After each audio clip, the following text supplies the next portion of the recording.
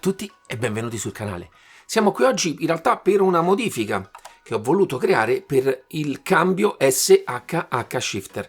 Naturalmente spero che abbiate visto la recensione, nel caso ve la metto qui sopra in modo che possiate andarvela a rivedere con calma, e in realtà ho creato anche altri contenuti per capire qual è il feeling di questo cambio. Naturalmente la cosa più importante mi viene da ribadire che è un cambio che per fascia di prezzo io trovo veramente ottimo.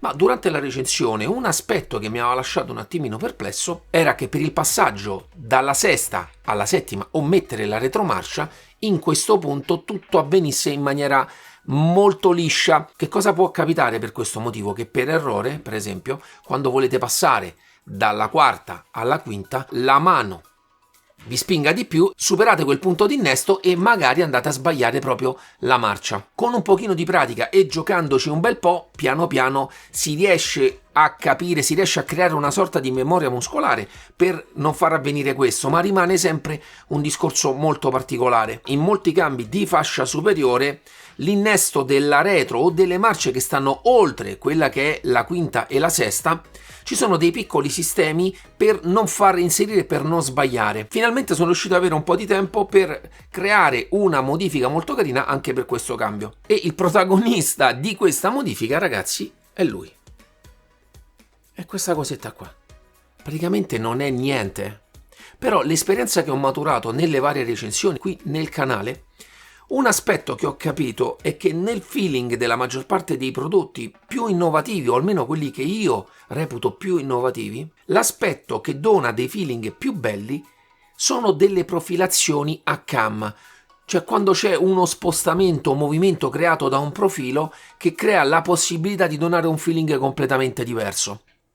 Sinceramente ancora oggi credo che sia il futuro, perché per creare dei feeling più particolari, per esempio su dei pedali, su una frizione, o anche come per esempio 3D Wrap, anche sull'acceleratore, anche su tutti i pedali, creare dei profili a cam gestiti meccanicamente in un determinato modo riescono a donare a tutti i prodotti un feeling davvero unico. È la stessa cosa, ragazzi, che mi è venuto per questo cambio.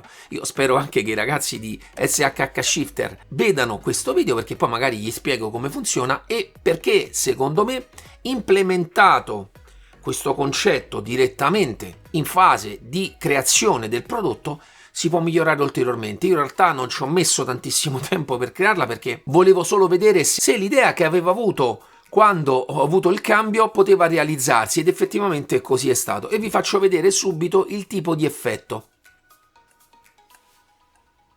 Sentite? C'è una sorta di piccolo blocco, ma non è in realtà un blocco reale, perché è facilmente superabile con pochissima forza. Ve lo faccio rivedere. Vedete? Avviene esattamente nel punto in cui inizia l'innesto della quinta e della sesta marcia. Mi basterà fare un pochino più di forza per poter poi inserire queste altre marce. E anche, in realtà, come vedete, se io lo faccio più veloce, si sente che c'è qualcosa, ma è facilmente superabile.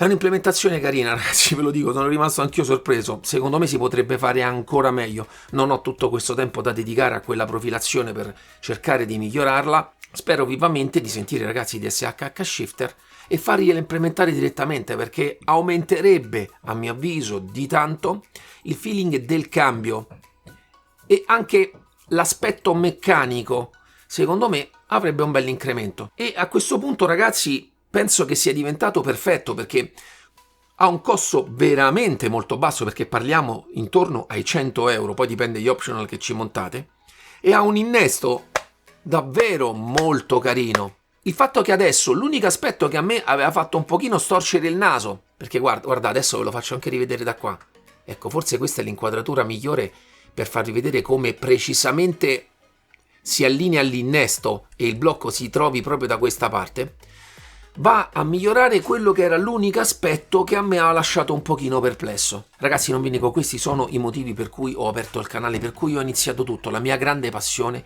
è trovare delle modifiche, inventare delle modifiche che vanno un pochino a creare dei feeling diversi sulle varie periferiche, e questa volta è toccato al cambio SHH Shifter. Spero che il video vi sia piaciuto e che apprezziate anche la parte della rubrica per tutte le modifiche che faccio per i vari prodotti di Sim Racing. Vi ricordo quindi sempre, mettete un bel like al video, è il modo migliore per supportare il mio impegno nei contenuti che cerco di portarvi qui nel canale.